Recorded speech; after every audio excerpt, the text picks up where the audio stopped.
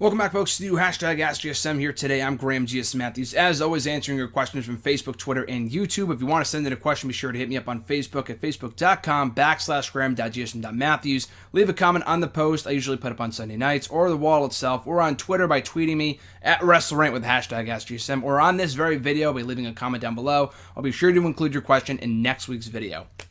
That is a mouthful, guys, but we have an exciting week ahead. We got Raw tonight. I know this is going up a lot closer to Raw than usual, but still going up. Hopefully you can watch it before Raw, after Raw, whatever. And obviously before the draft tomorrow night, which is going to be very, very exciting. Can't wait for it. It's going to be huge in the pay-per-view on Sunday. So with all that being said, in typical fashion, I put up only one question. I didn't even have enough time to put up the question on Facebook this week. I put up only one tweet on Sunday night saying, can I have your questions? And you guys send in a whole bunch of load of questions this week. So we have a loaded show. I don't know. I'll probably be able to get through every question. I can't spend too much time on every question, but just keep that in mind as we go along here. So without further ado, without wasting any more time, first couple questions come from Emmanuel A. from YouTube from 2 weeks ago. As I mentioned last week, I wasn't feeling well, so we did not include a lot of the YouTube questions. I got them back for this week. Emmanuel insisted that I use his questions from 2 weeks ago, so here we go. His first question: hope you had a bit of fun with the dream match experiment. I'm trying to do a more unconventional bouts and avoid the obvious ones. Example, Stone Cold Steve Austin and John Cena. I have three more for you. John Cena versus Andre the Giant, Dean Ambrose versus Bret Hart, and Dolph Ziggler versus The Rock. So for those of you that missed it, his attributes his criteria for each matchup from WWE 2K16 included: 1, how much you would personally care for X versus X; 2, how good of a match how good the actual match would look; and 3, how much of a money match it would hold up to be, and as in how many fans would genuinely pay money to see said match. So for your first match, let's see, Cena versus Andre. 1, how much do I personally care for it? Not really, just because we've seen Cena versus Big Show so many times. I don't really care for Cena versus any Giant, to be quite honest with you, because John Cena would win. 2, how good the actual match would be. It would undoubtedly suck. Cena would probably try his best to get the best match out of him. Him and Big Show have had some decent matches, and that's Big Show. Big Show's a much better worker than Andre, so the actual match probably wouldn't be that good. And third criteria here, would it be a money match? Maybe, just because Andre is a huge, he's a very recognizable name, as is John Cena, so probably, but that's really the only thing I would say about it, the only positive thing I would say about that match. Dean Ambrose versus Bret Hart, how much would I care for it? I would care for that a lot, and that could be a really, really good match. The match itself could be great between Ambrose and Bret Hart, I think, and how much of a money match is it? Bret Hart, Dean Ambrose isn't really a money player. I don't know if it's a huge money match. It's probably, honestly, not big of a money match as Cena versus Andre, but still, to me, it's still more of a dream match than Cena and Andre, in my opinion. And 3, Dolph Ziggler versus The Rock. How much would I care for it? A lot, just because it's two of the best sellers of all time, which is why I feel like you put those two together, is because they're two great sellers. Not the two best of all time, but Ziggler's... His selling skills have waned a little bit in recent years, but he could still be a pretty good seller from time to time. But anyway, how good the actual match would be? I think it'd be pretty good. Ziggler's still a great athlete, despite how little I care about him in 2016. The Rock is the fucking Rock, so it'd still be a really good match. And how much of a money match it would be? It would not be a money match. Dolph Ziggler is not a money player. He could have been many years ago. He's not in 2016. So anyway, that would not be a money match, but still be a pretty good match nevertheless. His second question, I don't know if you ever heard the story before, but Jeff Jarrett was supposed to have a feud with Stone Cold Steve Austin in 1999, but Austin refused to participate. Jarrett's frustration at this point led him to leaving for WCW in the fall of that year. Coincidentally, Vince Russo had left to join WCW that September, and Russo would push Jarrett as the main event there, and obviously putting the World Championship on him. Was it wrong of Austin to refuse a program with Jeff Jarrett, or was he justified, at least from a business standpoint? Furthermore, if Jeff Jarrett stayed with WWF in 2000, where would he have fit in?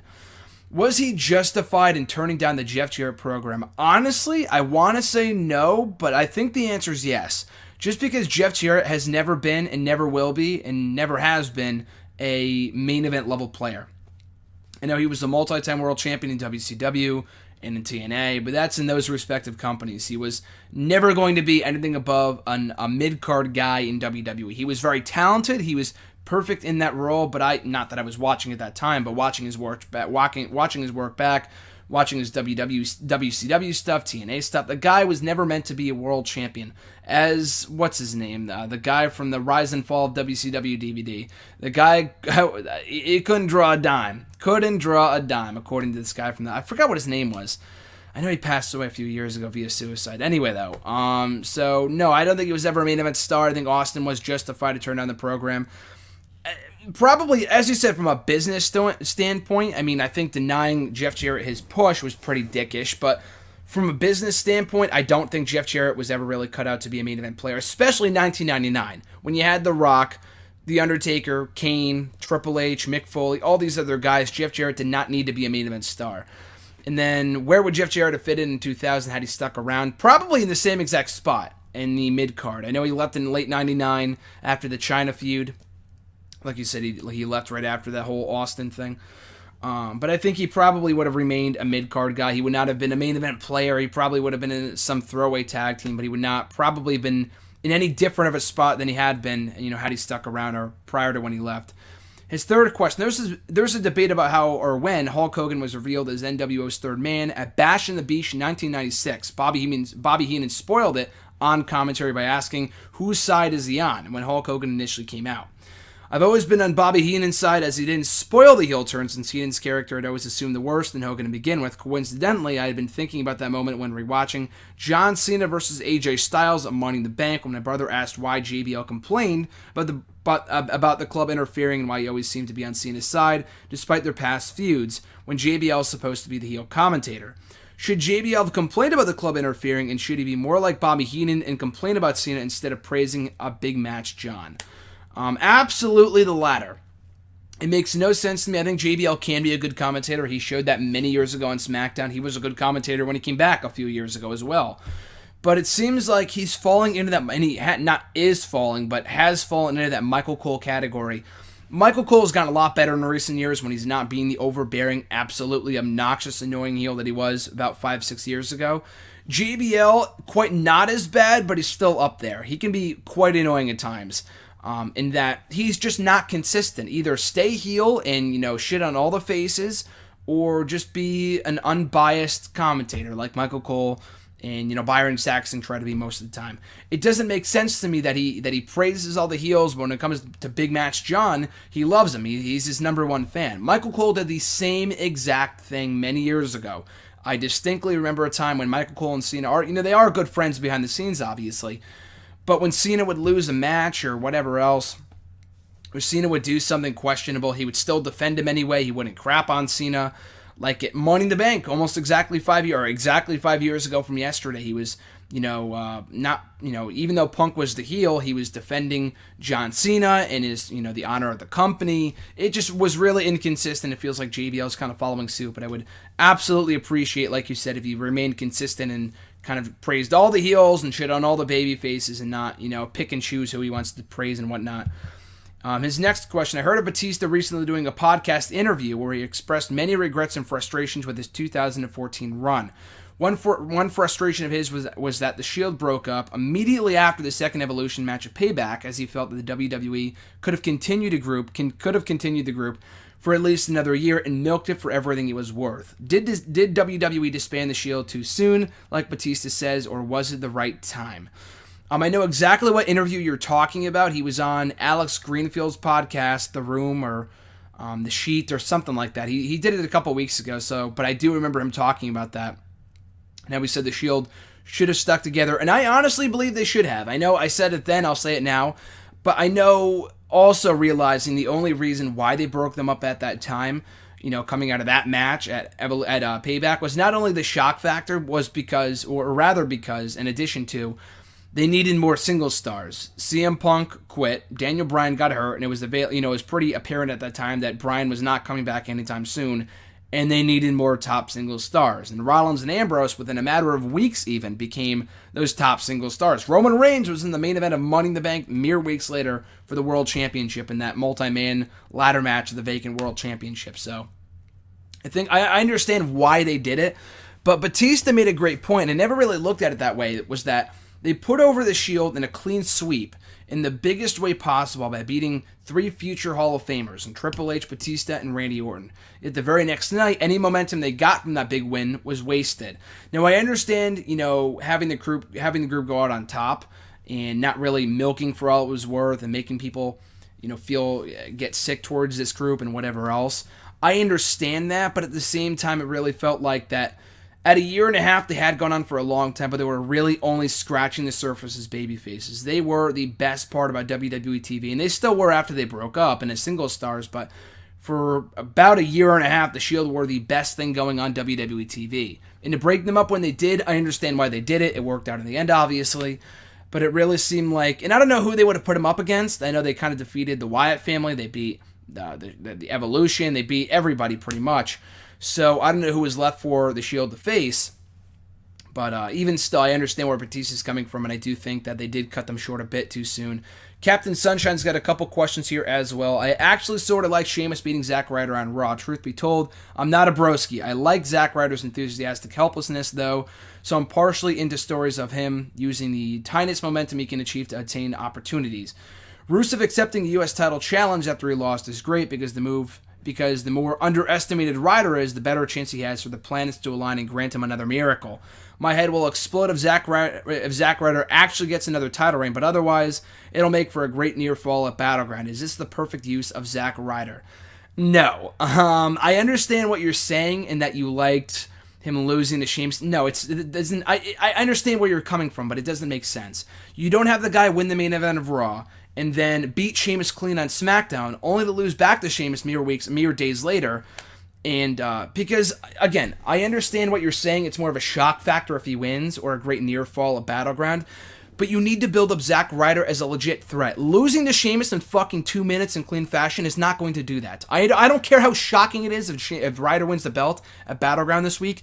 The guy needs to build credibility. I love Zack Ryder. I'm in the exact opposite camp, but that's not why I'm disagreeing with you. I'm disagreeing with you because you need to build up Zack Ryder as a real threat to this fucking title. The guy right now, as it stands, those 2 wins, notwithstanding from a few weeks ago on Raw and SmackDown respectively, the guy's a fucking loser. You need to build him up as a threat. It's like putting him in the ring with fucking Heath Slater at Battleground. Yeah, it's going to make for a great near fall if he hits his finisher and come close to winning, but people don't honestly think that Rusev's going to lose the belt. That was the huge problem with the Titus O'Neil feud. People knew that Rusev wasn't going to lose the belt because O'Neil for the longest time had been a fucking loser, and Ryder is no different. So hopefully they get him back on the right track. We only have a Raw and a SmackDown left until the pay-per-view. I know it cost Rusev a win on SmackDown. I am fine with him interfering in Rusev's matches and having him cost wins or having Ryder cost Rusev a victory here and there. But having him lose in 2 minutes to a guy who is fucking irrelevant in Sheamus makes zero sense, and I do not agree with that booking whatsoever. Next question, also from Captain Sunshine. How did Matt Hardy and TNA become trendsetters and legitimately funnier and superior at executing a concept better than the New Day? You know what? Not to say that I never thought I would see the day, but you got to applaud TNA for coming up with an angle that they did better than WWE. It's not the first time. It might not even be the last time. But I got to admit, I enjoy TNA. I've been watching TNA regularly when everyone else hasn't been. People are kind of just tuning in for the final deletion, whereas I've kind of stuck through it. That being said, I'm not TNA's #1 biggest fan. I enjoy TNA. I'm not one of those TNA mecha guys that's going to praise TNA and defend every TNA at every turn. But at any rate, I think the thing is that with final deletion, they really caught on to something great with these guys. And WWE, no matter what anyone says, I'm as big WWE fan as anybody. I'm not... I try to be positive, but you have to realize that whatever angle they did with the Wyatt family New Day compound thing was absolutely a ripoff of Final Deletion. I will not listen to anyone who says otherwise. It was not exactly play-by-play. Like what Rebby Sky said on Twitter last week was a bit overboard. Her, bashing, not even bashing WWE, but she comes off so unlikable sometimes. That being said, it was a direct ripoff of Final Deletion. Not as well done either, because it wasn't meant to be comedy, but it was. I'm not exactly sure.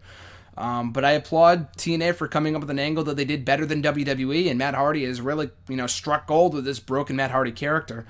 And their last question here was the latest SmackDown the perfect SmackDown to close this era of SmackDown with? Nothing really moved forward. We got a few fun matches. that we won't remember in 2 to 3 weeks, and even a classic main event singles match transformed into a tag team match. All we needed was Teddy Long.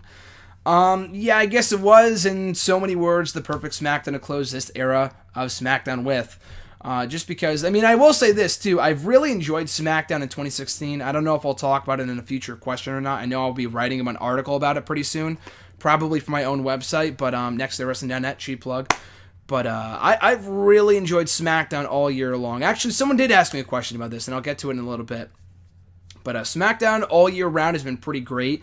Not that it's been the most meaningful show, but from a wrestling standpoint, the way stories are furthered from time to time, the commentary, it's just a breath of fresh air compared to Raw. So I understand what you're saying in that calling SmackDown the B show, it's throwaway, and it is throwaway compared to Raw most weeks, but even most weeks it's more entertaining to watch than Raw. Not just because it's 2 hours. That's a big factor, not the only factor though. So hopefully we get an even better SmackDown, post-draft. Mitch G's got a couple questions here. When doing a double turn, you think it's best to establish that the soon-to-be villain already has some heelish/evil qualities, like Del Rio in 2013, or would it work if the characters looked at as a pure hero going into the match to generate a genuine shock factor from the desired audience? I'm writing a story and wanted to pay tribute to the match from Payback, one of my favorites of all time, since one of the combatants is based off Ziggler's character, but female. That's a good question. I don't really think there's a right or wrong answer. Like, I know what you're saying, that sometimes it comes out of complete nowhere, like Del Rio in 2013, that he wasn't really teasing a heel turn going into the match, but you can obviously tell that he was going heel afterwards and attacking Dolph Ziggler as much as he did. I definitely see what you're talking about there, but at the same time, there also is something to, that great storytelling. Like, I think of WrestleMania 17, and as unnecessary as that heel turn was for Stone Cold Steve Austin, t-shirt reference, as unnecessary as that heel turn was for Stone Cold, I would certainly say that they told a story going, very right. Right in a lot of ways going into WrestleMania with him talking about how he will do anything to capture that championship, and he did just that in aligning with his longtime nemesis, Mr. McMahon. So just the way that it was executed was great. The whole heel turn was a complete waste and should have been done. Should have not have been done, obviously. But the way they built to it, they teased it, they planted the seeds for it, I can always appreciate that. So it really is all a matter of what you're going for. If you're going for pure shock factor, I would not, as a pure hero going heel. You just have to make sense of it later. If he's going to be a pure 100% white meat babyface in the weeks and whatever leading up to this matchup where the double turn is executed, you have to explain it well afterwards in talking about why they went heel. It just can't be a swerve for the sake of a swerve. It has to make sense in the end. But, building towards it, planting the seeds, and, kind of building that tension and the feeling that he might turn in this match, and he ultimately does, is, sometimes makes for a better story arc, in my opinion. His second question: Have you I'm all over the place today, I apologize. I'm just super excited about the draft and whatnot. Have you heard any other songs by Slick the Shocker, MVP's theme, Monster Magnet, Matt Hardy's theme, or 3-6 Mafia, Mark Henry's theme? If yes, do you like any of their other songs? Slick the Shocker, no, I've never heard of them. I didn't even know they did the MVP's theme song, to be quite honest with you. Monster Magnet I've heard before just because I like Matt Hardy's theme. I've heard the artist theme. I've never heard any other song by them. 3-6 Mafia, I know I've heard another song by them before, probably from... It wasn't one of their songs in Deadpool this past year. I feel like it was. I've definitely heard other songs by them. I don't follow their music, but I know that they are a bigger name, obviously, than Beyond Wrestling, beyond Mark Henry's theme. His next question: Fantasy booking. John Morrison returns in 2017 and reunites with The Miz and Maurice, sort of making an Eminem/dirt sheet hybrid.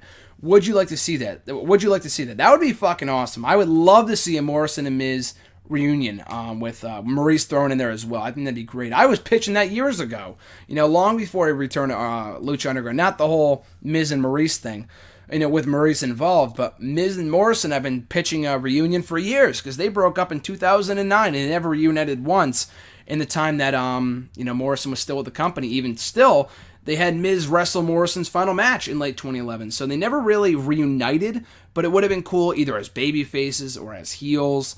And Morrison's still in Lucha Underground. He will be back in WWE at some point, I feel like. It won't be for the brand split. The guy's still in Lucha Underground until at least mid-2017, just because I guess Lucha's contract is that they have to wait until everything airs on TV before they can jump to another promotion. And WWE might have something similar. So we will not be seeing Morrison in WWE for at least another year and a half. But at any rate, I would love to see something like that. I don't know if Miz and Maurice will still be a thing come next summer, but I would love to see a reunion of the three. His next question, rank these stable theme songs: Social Outcast, 3MB, The Shield, and The Core, the version they used before their split. Easily at number one, the best, The Shield. I mean, their theme is so iconic. I remember when they debuted it at TLC 2012 thinking, wow, this is so fucking generic. This is shit. I don't care. Not that I don't care, but it was just like, it sounded so generic without any lyrics. I thought the Sierra Hotel, India Echo, Lima Delta, The Shield thing was cool. The rest of the music at the time when I first heard it, I thought that might be a bit generic, but obviously in the matter of like a day, it grew on me, and I love the theme. That was undoubtedly the best theme out of any that you mentioned. The Core I would put at a solid number 2. A lot of people did not like the Core's theme song. They used a lot of different themes in 2011, but I thought the theme they used before they broke up, the one that Barrett later went on to use by himself, I thought was pretty good. Social Outcast at number 3. I enjoy their theme song. It's nothing epic, but it's a pretty good theme. 3MB, hated the group, hated the song, so I know I'm being very biased there. I just did not like the song, but you're asking for my opinion, so worst to best, I would say 3MB, Social Outcast, Core, and then The Shield. Moving forward here with other YouTube questions, the first KFC. Thoughts on Brock Lesnar potentially failing a drug test? Will he still be at SummerSlam? I was shocked. You said potentially. That's the key word there. I thought it was very odd, and the Salamanca talked about this on his podcast this past week, that he was drug tested maybe 6 or 7 times in the weeks leading up to the fight. Not in the 4 months leading up to the fight, which is the general requirement, which is the rule for most people, but because they confirmed the fight so late, they couldn't do that, whatever. But they did test him a whole bunch of times leading up to the fight, and he just so happened to fail one of them. Not the last one, not the first one, just some random-ass drug test. So, or possibly failed it. I'm not exactly sure what the whole detail, all the details about it, but I was very surprised by that. I don't know how this will affect his SummerSlam status. I know that's basically your question. So my thoughts on it, I'm surprised if he did do anything stupid leading up to the fight, even if it's something small, like it's, I don't think it's like drugs or pumping roids or anything like that, but it might be something small. That's usually what it is, like the ADHD prescription thing with Adam Rose. It can be something as simple as that. We do not know. We'll probably find out in due time. We could find out tomorrow for all I know. But if he did do something stupid that he did intentionally, then that's obviously a very dumb decision leading into one of the biggest fights of his career. I don't think so. I'm giving him the benefit of the doubt. I guess we'll have to wait and see. But as far as his SummerSlam status goes, I'm 90% sure he will still be at SummerSlam. Unless something goes wrong and they have to suspend him. But even if they suspended him for 30 days, I think he's going to be the draft tomorrow, so they could suspend him Wednesday, a lot like with Roman Reigns, like where they want to put him in the pay-per-view on Raw and then suspend him for 30 days. That could still be the case. I'm not exactly sure. But as far as I know, he will still be at SummerSlam. Like, even if they did suspend him for 30 days, he would still be back in time for the pay-per-view. So he should still be at SummerSlam against Randy Orton. That's still a match I would love to see, because I'll be at SummerSlam. I want to see Brock, and I also want to see Brock versus Randy Orton, most importantly. Speaking of SummerSlam, his second question was, what are your favorite and least favorite SummerSlam pay-per-views? Favorite is tough. Favorite is really, really tough, just because in the time that I've been a fan, we really have not had a bad SummerSlam. Like the worst, like my least favorite in the time that I've been a fan would probably be 2010. That was the night that the Nexus got buried by John. I don't even know why I'm using air quotes, because they did get buried by John Cena. That was the last thing the Nexus was relevant. So, when we also had a crappy Orton and Sheamus match, I couldn't have cared less about, Rey Mysterio and Kane. It was not a good show. So, probably 2010 is for my least favorite. Of all time, probably like 1993. I remember watching the show and thinking, wow, this show is such shit. But in the time I've been a fan, probably the 2010 installment. Favorite of all time, again, in the time I've been a fan since 2008, we've had a lot of great SummerSlams. I thought 2008 was awesome. I thought 2011 was awesome. The one I was at last year was great. 2014 was great. I would probably say the one I was at just because it was my first ever pay-per-view, the 2015 installment. But from a pure show standpoint, like when I watch it back, I would say this show is better. 2013. I thought 2013 was awesome. I remember watching it live at Buffalo Wild Wings. Such a great show. You had Brock Lesnar and CM Punk in an awesome match. Easily my favorite match of that year. John Cena versus Daniel Bryan, Christian and Del Rio. You had a great swerve at the end with Triple H going heel, Orton going heel, cashing in Money in the Bank. I thought it was an amazing show from start to finish. So that would probably be my favorite SummerSlam of all time. 2015 is up there just because I was there for that one, and 2011 is up there as well for the great, Kevin Nash return, Del Rio cashing in, Punk and Cena Part 2, Orton and Christian Part 11, whatever it was, but that was a really good SummerSlam as well. Moving forward to the Twitter questions, at The Average Grunt, do you think it's a good idea to let fans decide who gets into the WWE Hall of Fame? Why or why not? So he's alluding to a report that came out late last week saying that if you subscribe to the network for a year for a certain stretch of time, you'll get these perks. And one of the perks was that the fans are allowed to vote for who gets into the WWE Hall of Fame, which I thought was really interesting. Like, you see a lot of options like, oh, you get a free sweatshirt or a free or a discount on the network for somebody else or whatever else, or, a WWE shop gift card or whatever it is. So I thought this one was interesting because it's never before been brought up, in, as far as I know, that fans get to vote on who and who is not in the WWE Hall of Fame. Now, I don't think that, if you vote for this person, they will be in the Hall of Fame. It could be something along the lines, which would be interesting, is that whatever the fans vote is only a portion of what gets considered. Like, if it's purely fan voting, it would obviously be a massive popularity contest. Like, let's get Seth Rollins in the Hall of Fame, yet he's still on the roster. Like, there's a lot of dumb people out there, unfortunately, like a lot of casual fans, like a lot of marks. I'm a mark too. Everyone's a mark. But I'm just saying, like, I see on YouTube comments all the time. I know this is YouTube commenters, but you know what I mean. Like Seth Rollins for Hall of Fame, or, John Cena for Hall of Fame. Like, these people will be in someday. Obviously, I don't even think they're joking. I think they're serious. Like, let's get Seth Rollins in right now. Like, are you fucking stupid? You know what I mean? So, I would not put it 100% up to the fans. I'm not going to say, like, only up to the smart fans, like people that are educated or whatever. That just sounds stupid.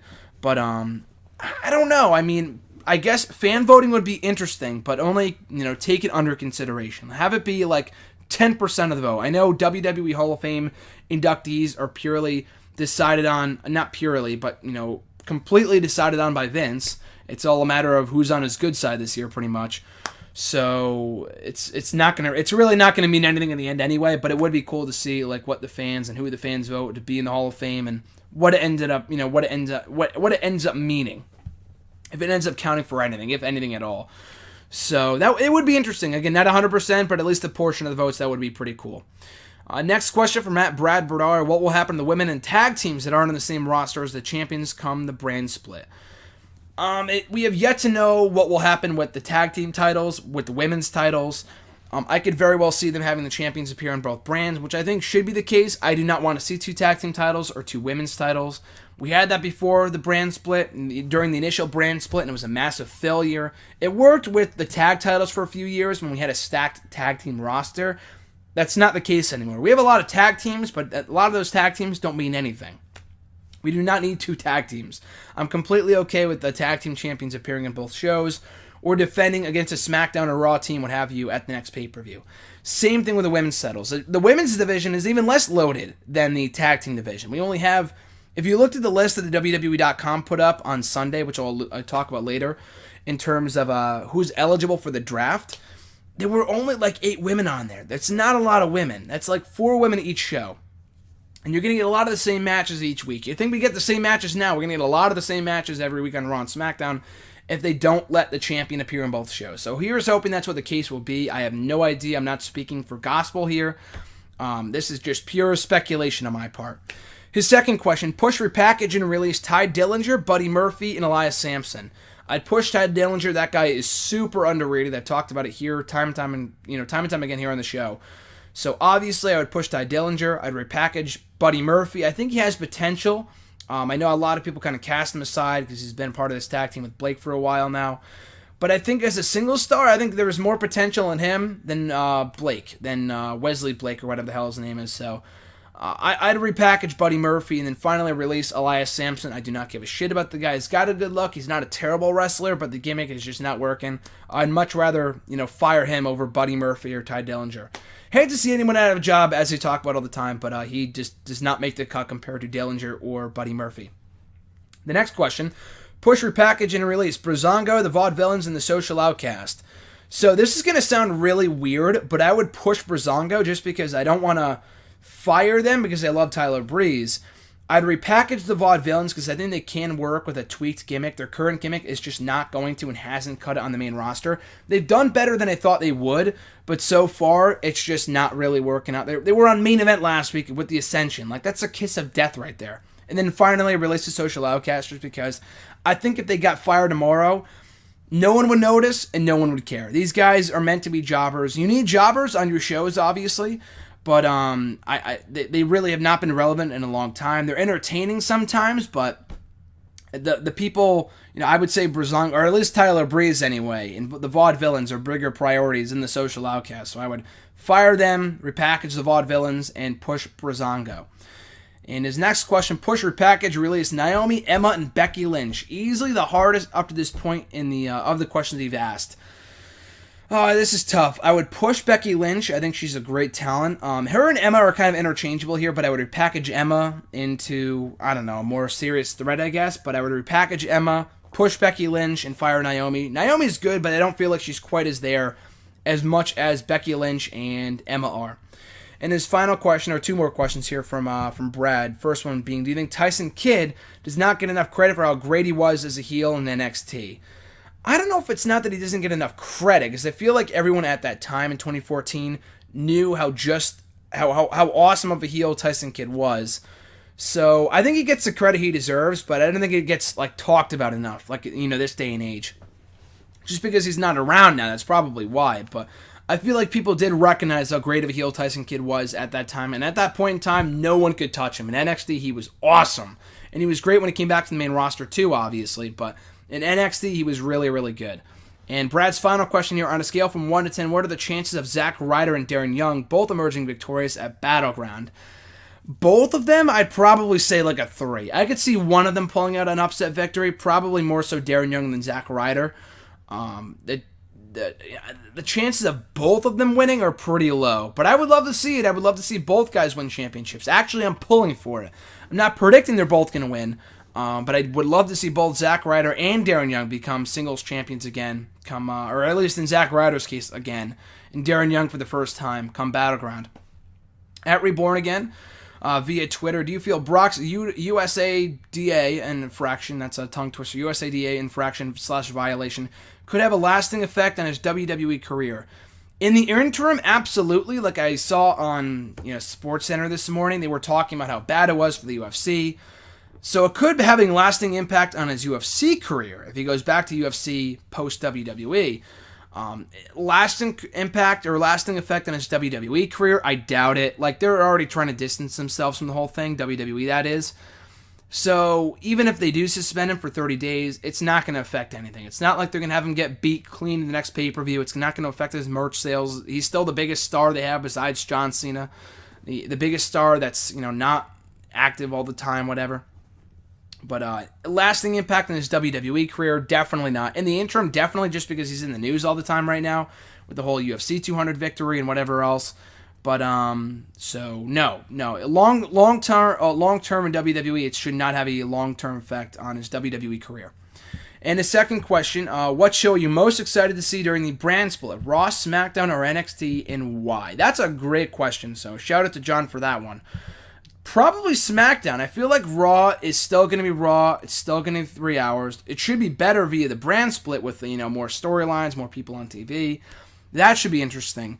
NXT always has been, still is, and always will be awesome. So I still look forward to NXT and who they call up and who kind of fills in those voids when people get called up. But SmackDown I'm looking forward to the most. Because as I alluded to earlier, SmackDown for me has been the show to watch in 2016 for WWE. It's been a great wrestling show. It's had some great commentary. Some stories have been very well furthered. It just feels like a lot different of a show compared to Raw. And that was without the brand split. Taking the brand split into consideration and the just completely different feel of the show and how it's going to be an even a bigger equal or more of an equal to Raw, I am very excited to see how they treat SmackDown, especially now with it being live and all the star power the show is bound to get with it being on USA and live and on Tuesdays. It's going to be big, so I'm looking forward to SmackDown more so than Raw and NXT. I'm still excited for NXT. I still watch Raw, obviously. I love Raw, but I feel like SmackDown is the show I'm most excited to see how it kind of how this brand split kind of shakes up the landscape of the blue brand post-draft. Sean Markistick's got a couple questions here. First one being, will Roman Reigns be a first pick in the WWE draft? If not, what pick do you see him being? He's not going to be a first pick because he's not going to be there. So I feel like it's a bit of a waste of a pick. And he's not the champion.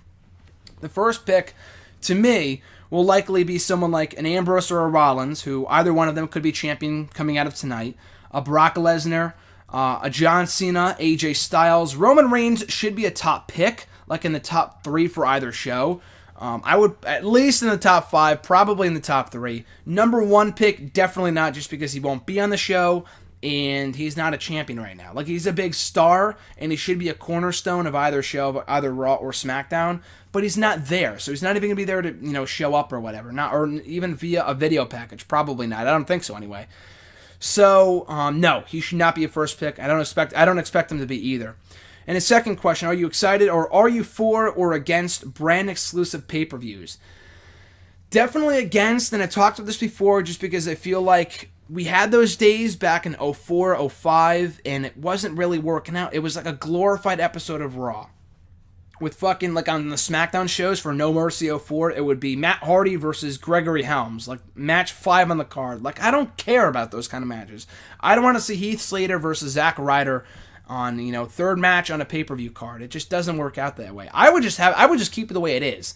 And if anything, I would have more pay-per-views, but have more, have both shows beyond them. Or even just if you're going to do brand exclusive pay-per-views, just don't do them every month, which is what they're probably going to do. Like, when I say that, I mean, don't do 2 pay-per-view events a month, which is probably what they're going to do. That's, to me, is overkill. From what I've been hearing, that's the plan. I'm not in favor of that because I feel like you're gonna run stories into the ground way too quickly. If you're gonna have a show every other month, a pay-per-view every other month, I'm more okay with that. But I feel like it's fine just to have the pay-per-views as is and just keep both brands on them. I feel like that makes the most sense, but that's just me.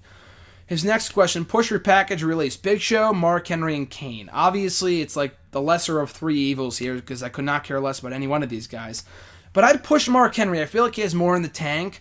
And I feel like I'd rather see like one more last hurrah for Mark Henry than either Big Show or Kane. So I'd push Mark Henry before he retires. Repackage Kane as opposed to the fucking corporate Kane or whatever. And release Big Show.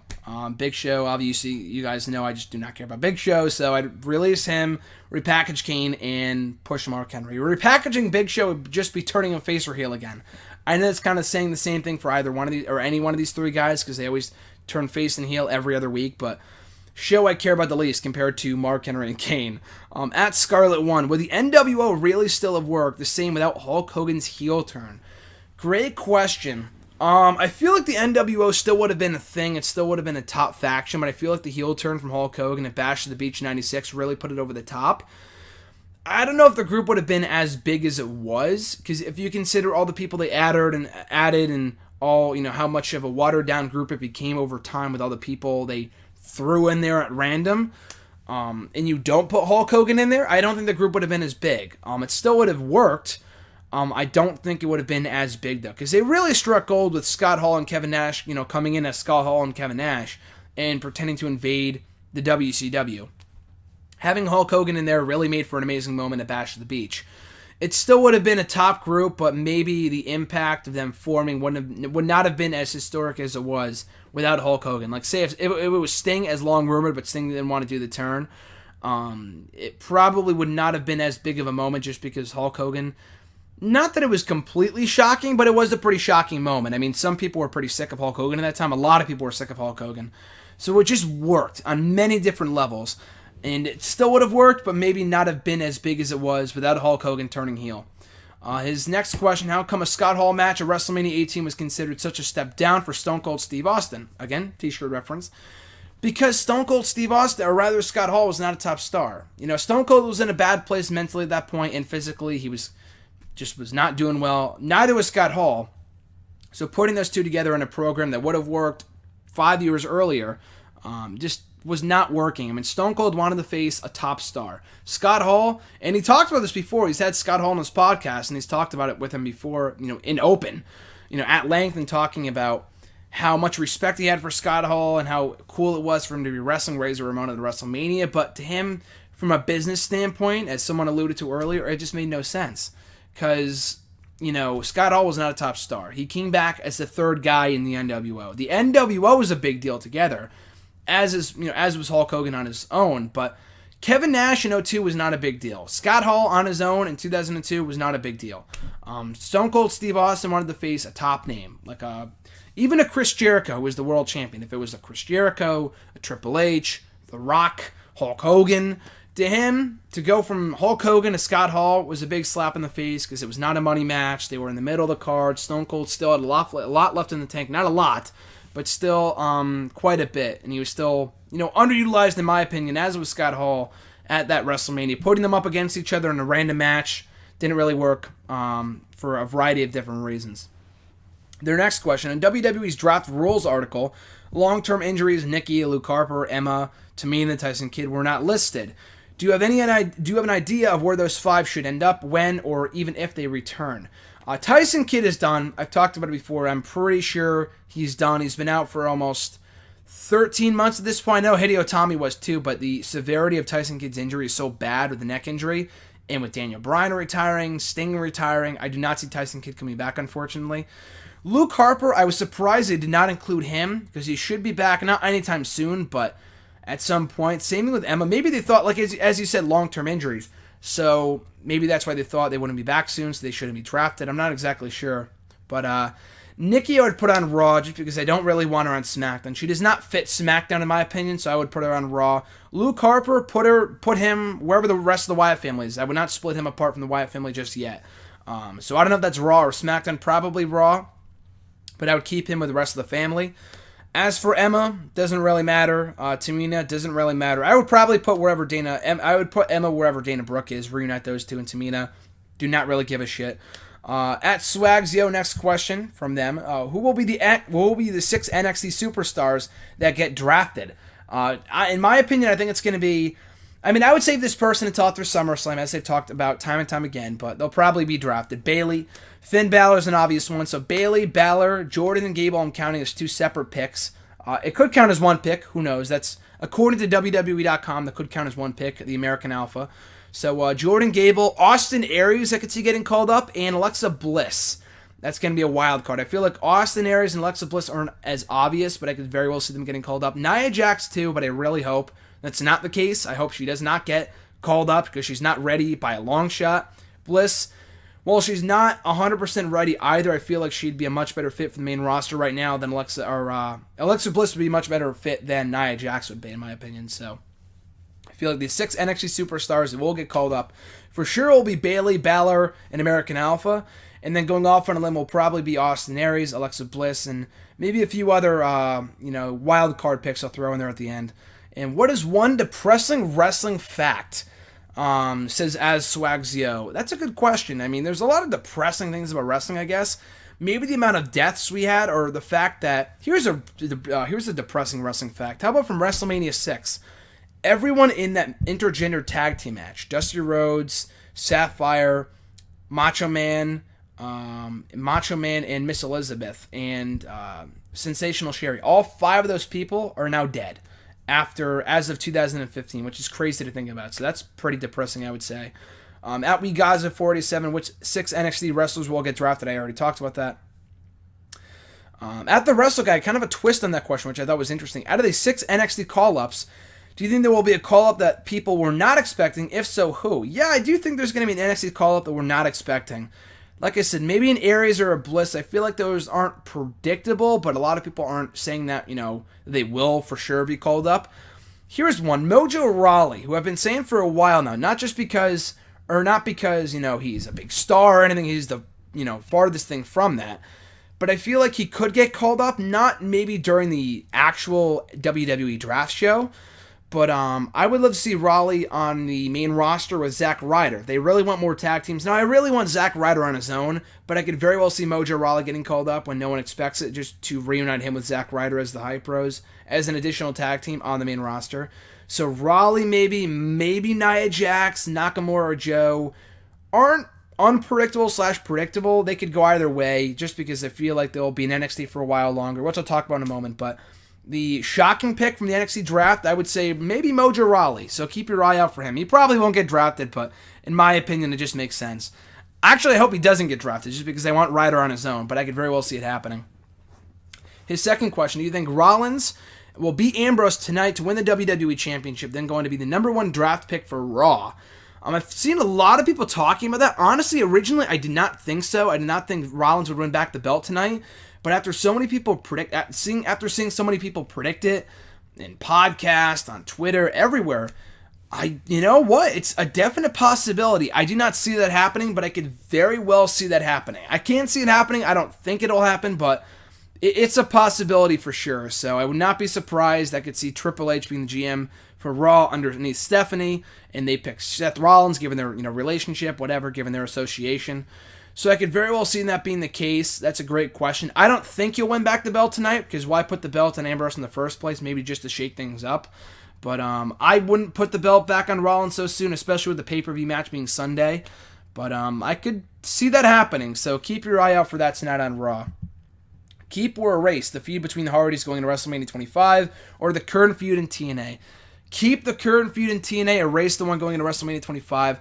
The matches going into WrestleMania 25, I can't even say those were better, honestly. I mean, they had some really good matches in 2009, but Final Deletion pretty much overshadowed every single one of them.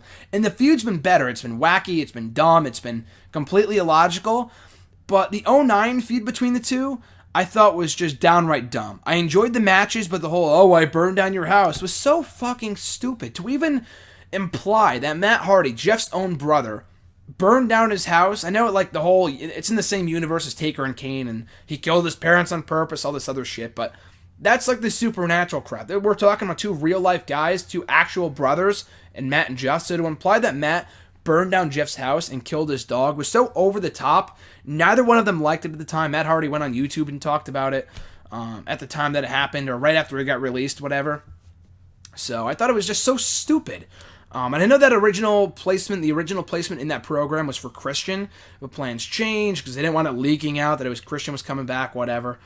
But yeah, definitely the current feud. The current feud, they're really milking it for all it's worth, so good for TNA.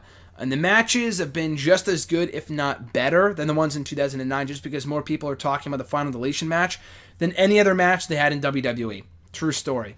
And his final question, will #AskGSM move to another day now that SmackDown is going live? Good question. I don't think so. I will be shaking up the YouTube schedule lineup a little bit, the upload schedule. So as it stands right now, what the schedule will probably look like will be #AskGSM on Mondays, Tuesday Wrestle Rant, Wednesday WWE Network and Chill, Thursdays Wrestle Rant radio excerpts, Fridays random video blog staying as is, Saturdays Wrestle Rant staying as is, and Sunday WWE Network and Chill. So I'm adding the WWE Network and Chill show to the lineup on Sundays and Wednesdays, moving the Wrestle Rant radio excerpts to only Thursdays and not Wednesdays. But that's about the only things that would change. I mean, it all depends on what happens in the fall and my school schedule and whatever, and how I can record this show. But it's either before Raw, like I am doing right now, like I have been since the start, since, the Monday mailback videos, dating back to 3 years ago, or after SmackDown. It's either Monday mornings or, Wednesday mornings, but I feel like this is pretty random. So, I don't know. Maybe we will switch it down the line, but for right now, I have no plans to move the show from Mondays to any other day of the week, because I already have the YouTube lineup pretty much set for the rest of the week. At Mark the Man 07, a couple questions here. How would you rate Asuka's NXT Women's Title Run so far, and should she be more prominent on NXT TV? Yeah, she should be featured more. She really has not been on TV that much since TakeOver Dallas, even since the end, I would say also, but even more so since Dallas. She's not really been on TV all that much. Bayley's gotten more airtime than Asuka has been, and Asuka's the champion. So her run's been pretty decent. She had one title defense against Nia Jax, but she's not. It's hard to really rank her title run because she's not really on TV all that much. She's wrestled maybe 2 or 3 matches since Dallas, since she won the title. And I know NXT tapes on every month, like once a month or whatever, so it's hard to get everyone on the set of tapings, get everyone in every set of tapings. But I don't know. The reign has not been bad or great or whatever. She's not really on TV, so it's really hard to rate it or rank it or whatever. Second question is, do you have a dream series that you would like to see on the WWE Network original content? I'm sure there's ideas that I pitched before. I can't think of any off the top of my head. But any shows they add to the network nowadays are usually great. Like, I want to see a season 2 of Legends House, a season 2 of Breaking Ground. I know that's not really necessarily original, but they were original programming. I just want to see sequels to the initial seasons. So, yeah, those are two things I want to see in the network. But the network, as it is right now, is awesome. It's a great deal at $9.99. They have a lot of awesome archive shit on there, a lot of great original content, all the live pay-per-views. You can't go wrong, so it's hard to complain. But I love the network as it is, and I'm always happy to see new content constantly being added. His next question: Who would you have as your dream? Who would you have as your dream GMs for Raw and SmackDown?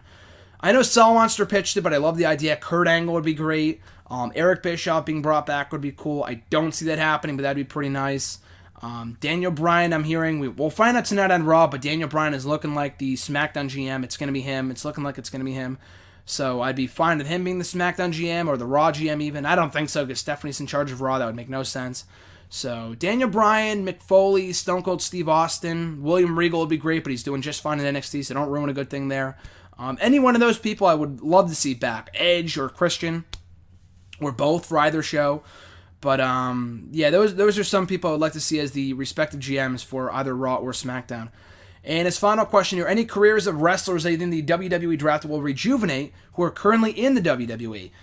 Paige, I think, will be a big beneficiary of the draft.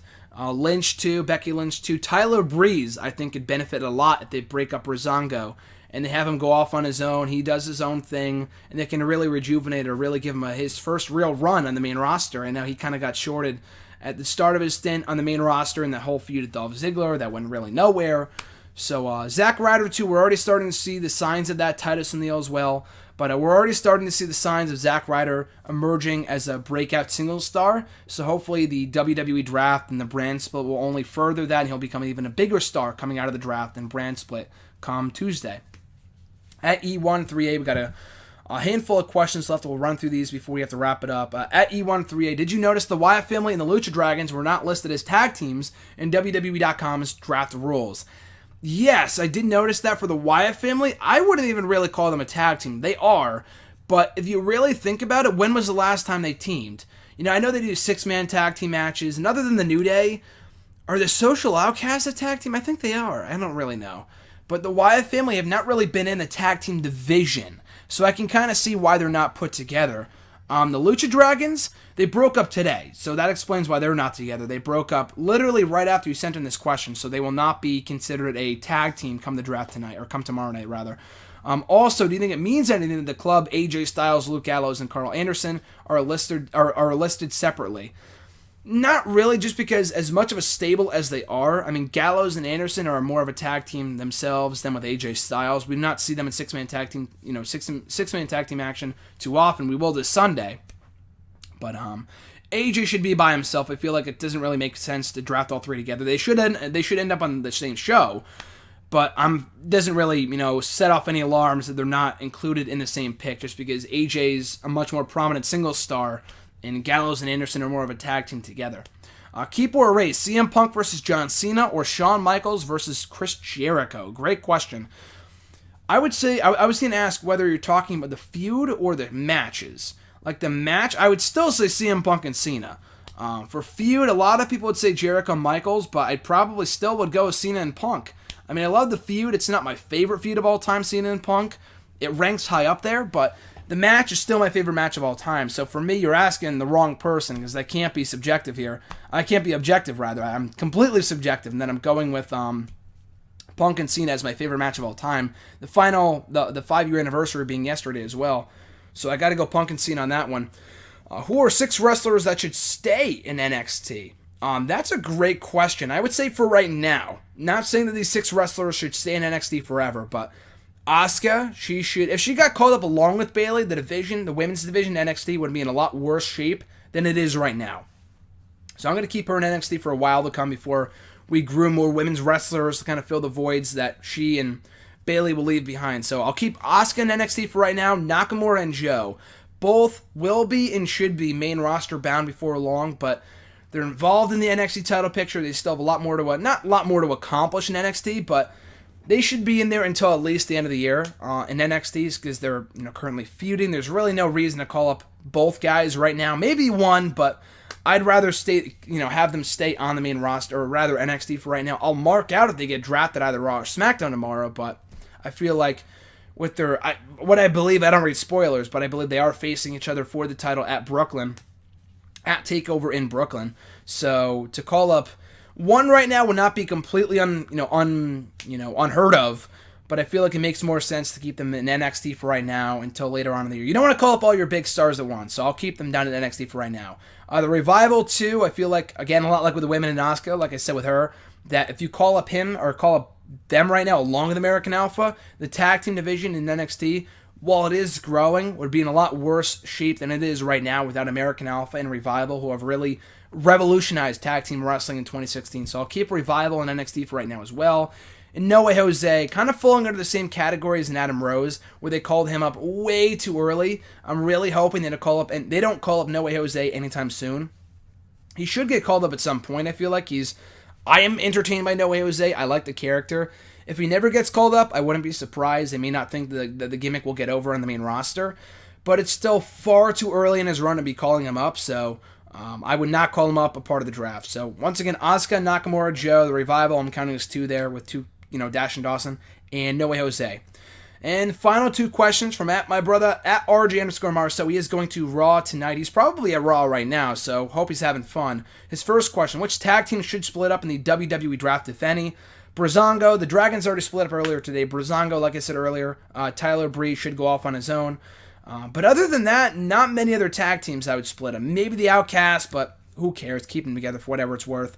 The Dragons, thankfully, have already broken up, but definitely Breezango. And then finally, he says, what is next for Bray Wyatt? The ever-asked question in #AskGSM history would not be a #AskGSM video without that question from our very own analyst at RJ_Marceau. I know he's asking it as a joke. I will say it seriously, though, that I honestly don't know, and I don't really fucking care. I love Bray Wyatt, but they are really dropping the ball by not making him a babyface. And maybe they're waiting for after the draft to turn him. I don't know if the New Day Wyatt family program is set to collide or set to end anytime soon due to the draft. I'm not exactly sure, but if Bray Wyatt needs to be a babyface before long. And so anyway, beyond that, I really have no idea. Beyond this program, turning babyface, it should be what is next for Bray Wyatt. But what I predict will be next for Bray Wyatt, I honestly have no idea because they put him in any program they feel is necessary. He's really kind of a filler guy, a placeholder. He's really known of significance, of consequence to WWE, unfortunately. So I don't know, and as it stands right now, I don't really care. So that is #AskGSM. I apologize for rushing through the questions. We're only an hour away from Raw as I'm recording this, so I got to get this up ASAP. But with that being said, guys, the draft is tomorrow. I look forward to it. It's going to be a blockbuster show. I will be watching live with John, hopefully. So stay tuned for live tweets and all that other kind of stuff, live coverage, whatever, on the website at nextwrestling.net. But in the meantime, and in between time, you guys can send in your questions by doing so, by tweeting me and following me on Twitter at WrestleRant with #AskGSM. Find me on Facebook. Give the Polygonal thumbs up at facebook.com/Graham.Matthews. Leave a comment on the post that usually goes up on Sunday nights or on the wall itself. Or leave a comment on this very video. I'll be sure to include your comment, or rather question, in next week's video. So with all that being said, guys, like I said, the draft tomorrow should be epic. I'm very much looking forward to it. This whole week in wrestling should be awesome. Raw tonight, draft tomorrow, Battleground on Sunday. So it's going to be a very stacked week, to say the least, and I hope you guys enjoy it. So on that note, guys, I'm Graham GSM Matthews. Enjoy the draft tomorrow. Enjoy wrestling, and I'll catch you folks down the road.